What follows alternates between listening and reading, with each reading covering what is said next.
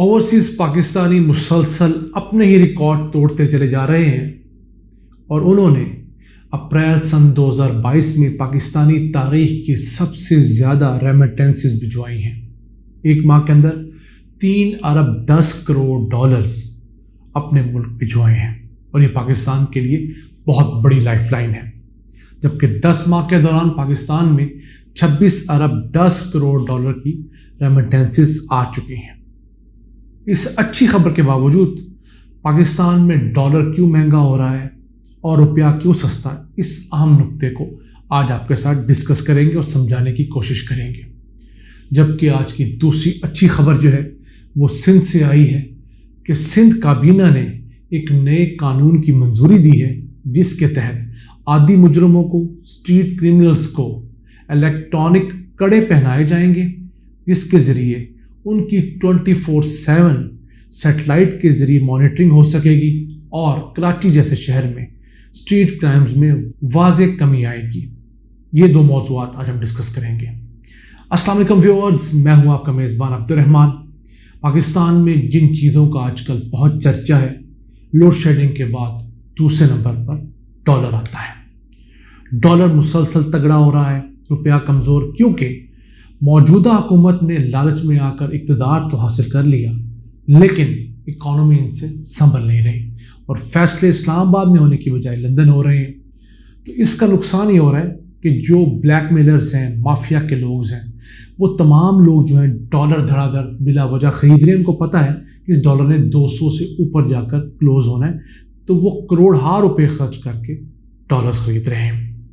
لیکن اوورسیز پاکستانی پھر بھی اپنے ملک کا سوچ رہے ہیں، جنہوں نے گزشتہ ماہ اپریل سن 2022 میں پاکستانی تاریخ کی سب سے زیادہ ریمیٹنسز بھیجی، جو تھی 3 ارب 10 کروڑ ڈالرز۔ اتنی ریمیٹنسز کسی ایک ماہ کے اندر گزشتہ 74 سالہ تاریخ میں نہیں آئی۔ یہ پاکستان کا ایک نیا ریکارڈ ہے۔ اس سے پہلے جو ہائیسٹ ریمیٹنسز آئی تھی وہ مارچ سن 2022 میں ہی آئی تھی، تب 2 ارب 81 کروڑ ڈالرز آئی تھی۔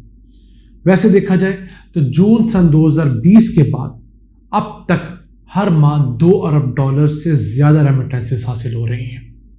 اب سوال یہ پیدا ہوتا ہے کہ اتنی ریمیٹنسز کے باوجود پاکستان میں ڈالر کیوں زیادہ تگڑا ہو رہا ہے؟ ایک سب سے بڑی وجہ، ہم نے بہت سارا فارن لون دینا ہے، اس کی پیمنٹس رہتی ہیں۔ موجودہ حکومت جو ہے وہ فیصلہ نہیں کر پا رہی کہ پیٹرول کی قیمتیں ہم نے بڑھانی ہے نہیں۔ اس کے علاوہ ایک اور وجہ ہے کہ دنیا بھر کے ساتھ پاکستان کے جو ٹریڈ لنکس ہیں یا ایئر لنکس ہیں وہ کھل چکے ہیں۔ اب ہر مہینے پاکستانی 350 ملین ڈالرز کی ٹکٹس خرید کر ملک سے باہر جا رہے ہیں۔ وہ بزنس ویزاز پہ بھی جا رہے ہیں، وہ کاروبار کے لیے، وہ کسی اور لیجر ٹائم کے لیے بھی۔ تو 350 ملین ڈالرز پر منتھ کا مطلب ہے ایک سال کے اندر 4 سے 4.5 ارب ڈالرز ملک کے اندر سے فلائی کر کے جا رہے ہیں، لیگل طریقے سے جا رہے ہیں۔ یہ ایسا خرچہ پڑ رہا ہے جس کا امپیکٹ ڈالر پر آ رہا ہے۔ پھر قرضوں کی بات ہم آپ کو بتا چکے۔ اسی کے ساتھ ساتھ ملک کے اندر جتنی امپورٹس تھیں اس سے کم ایکسپورٹس ہیں۔ تو ان تمام بڑی وجوہات کی وجہ سے پاکستان میں ڈالر جو ہے مسلسل تگڑا ہو رہا ہے، اور پھر حکومتی بے یقینی ہم پہلے جیسے بتا چکے ہیں وہ ایک بڑا عنصر ضرور ہے۔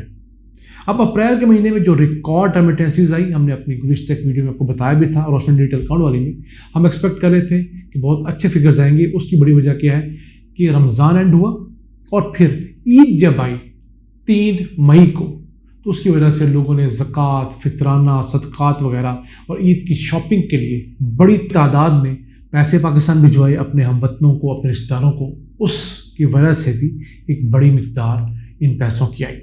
اس سال انشاءاللہ امید ہے، فسکل ایئر کی بات کر رہا ہوں، سن 2021-22 میں، جب یہ سال جون سن 2022 میں مکمل ہوگا تو پاکستان میں جو ریمیٹنسز کی مقدار ہے وہ انشاءاللہ 32 ارب ڈالرز کو ٹچ کرے گی۔ یہ ہائیسٹ ریکارڈ ہوگا پاکستان کا، جبکہ اس کے مقابلے میں انڈیا کے ریمیٹنسز صرف 5% کے حساب سے گرو کر رہی ہیں، اور بنگلہ دیش تو صرف 2.2% کے حساب سے ریمیٹنسز گرو کر رہا ہے۔ پاکستانی ریمیٹنسز یاد رکھیے گا اس سال اب تک 7.6% کے ساتھ ریجن میں نمبر 1 پہ ہے۔ اسی کے ساتھ ورلڈ بینک کا کہنا یہ ہے کہ جو سال سن 2022 ہے، جنوری سے دسمبر تک، اس کے اندر پاکستان کی ریمیٹنسز مجموعی طور پر 34 ارب ڈالرز ہو جائیں گی. 2 ارب ڈالرز اس سال میں مزید اضافہ ہوگا. یہ پاکستان کے لیے کوئی چھوٹا کوشچن نہیں ہے. ہم اگر IMF کے پاس بھی جاتے ہیں تو IMF بمشکل ہمیں سال کے 2 ارب ڈالرز دے گا، جبکہ دیکھیے یہ اوورسیز پاکستانی ہمیں ہر مہینے 3 ارب ڈالرز دے رہے ہیں. تو ان کو ہمیں خراج تحسین پیش کرنا چاہیے. اور میں سمجھتا ہوں بڑا اچھا فیصلہ اوورسیز پاکستانیوں کا بھی، کیونکہ آپ نے پاکستان کو نقصان نہیں پہنچانا. پاکستان ہوگا تو آپ کا محبوب قائد بھی سیٹ پر آئے گا. خدا نہ خواستہ پاکستان کو ناقابل تلافی نقصان ہو گیا، آپ لوگوں نے ریمیٹنسز بھیجنا لیگل چینل سے بھیجنا کم کر دی، تو پاکستان کو نقصان ہوا. تو اگر آپ کا لیڈر اقتدار میں آ بھی گیا تو وہ کچھ خاص پرفارمنس نہیں دے پائے گا. اب اس کے ساتھ اگر بتاتے جائیں کہ 4 بڑے ملک جہاں سے پاکستانی ہمارے ہم وطنوں کو پیسے بھیج رہے ہیں. سعودیہ 10 ماہ میں 6 ارب 50 کروڑ ڈالر بھجوا چکا ہے. UAE کے اوورسیز پاکستانیوں نے 4 ارب 90 کروڑ ڈالر بھجوائے ہیں. UK میں مقیم اوورسیز پاکستانیوں نے 3 ارب 60 کروڑ ڈالر بھجوائے ہیں. اور US میں رہنے والے اوورسیز پاکستانیوں نے 2 ارب 55 کروڑ ڈالر بھجوائے ہیں. ہم امید کرتے ہیں کہ یہ سلسلہ اگلے 2 ماہ بھی جاری رہے اور ہم یہ سال 32 ارب ڈالرز پر اینڈ کریں تاکہ پاکستان کی معاشی مشکلات جو ہیں وہ کم ہو سکیں. اسی کے ساتھ چلتے ہیں سندھ، جہاں سے آج کل اچھی خبریں آ رہی ہیں، کیونکہ پنجاب میں چونکہ کوئی حکومت موجود نہیں ہے، حمزہ شہباز صرف ایک ڈمی سے وزیر اعلیٰ بنے ہوئے، تو کوئی اچھے بڑے فیصلے نہیں لیے جا رہے. وفاق کا بھی یہی حال ہے. تو سندھ میں بالآخر سندھ کی کابینہ جو ہے اس نے اسٹریٹ کرائمز کو روکنے کے لیے ایک اہم بل جو ہے اس کی منظوری دی ہے. اس کا نام ہے سندھ ہیبیچول آفینڈرز مانیٹرنگ بل برائے سن 2022.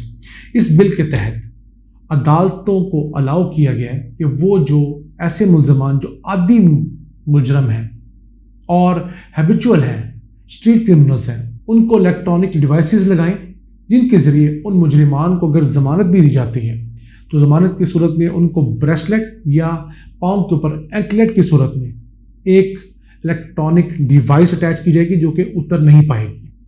اور اس کے اندر ایک چھوٹا CPU ہوگا، GPS ہوگا جو کہ سیٹلائٹ سے اٹیچ ہوگا، اور اس میں موبائل فون کا ڈیٹا اٹیچ ہوگا، جس کے ذریعے اس کرمنل کے لیے پاسبل نہیں ہوگا کہ وہ اپنے متعلقہ رہائشی تھانے کے علاوہ کہیں اور جا سکیں.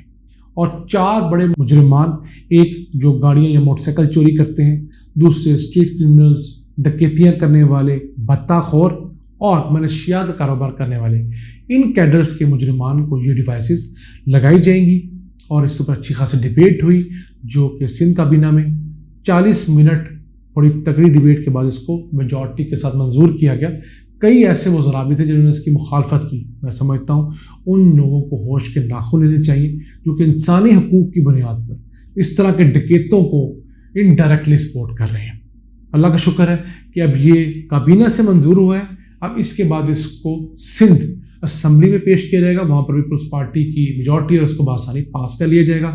پھر کراچی جیسے شہر میں جہاں جنوری اور فروری کے 2 ماہ کے اندر 11,000 ڈکیتی کے وارداتیں ہوئی، اس کو کنٹرول کرنے میں مدد ملے گی. کیونکہ ہوتا یہ ہے کہ پولیس اور رینجرز ڈکیتوں کو پکڑتی ہے، وہ جیل جاتے ہیں، کوئی پرسو نہیں کرتا، وہاں سے 3 مہینے بعد ضمانت لے کر دوبارہ ڈکیتی کر لیتے ہیں. تو جب ان کے اوپر یہ کڑے لگے ہوں گے، اپنے متعلقہ تھانے سے باہر جا نہیں پائیں گے، تو ان کی ڈکیتیاں جو ہیں بہت حد تک کنٹرول ہو سکیں گی اور پتہ لگے گا یہ بندہ کہاں پھر رہا ہے. اس کے ساتھ ساتھ اگر اس ڈیوائس کے ساتھ کسی قسم کی چھیڑ چھاڑ کرتے ہیں، اس کو ٹیمپر کرنے کی کوشش کرتے ہیں، اتارنے کی کوشش کرتے ہیں، تو ان کی سزا کے اندر ایک علیحدہ جرم ایڈ ہوگا جو کہ 3 سال قید اور 10 لاکھ روپے تک جرمانہ ان کو کیا جا سکے گا. تو اچھا قانون ہے، بہت اچھا انیشیٹو ہے.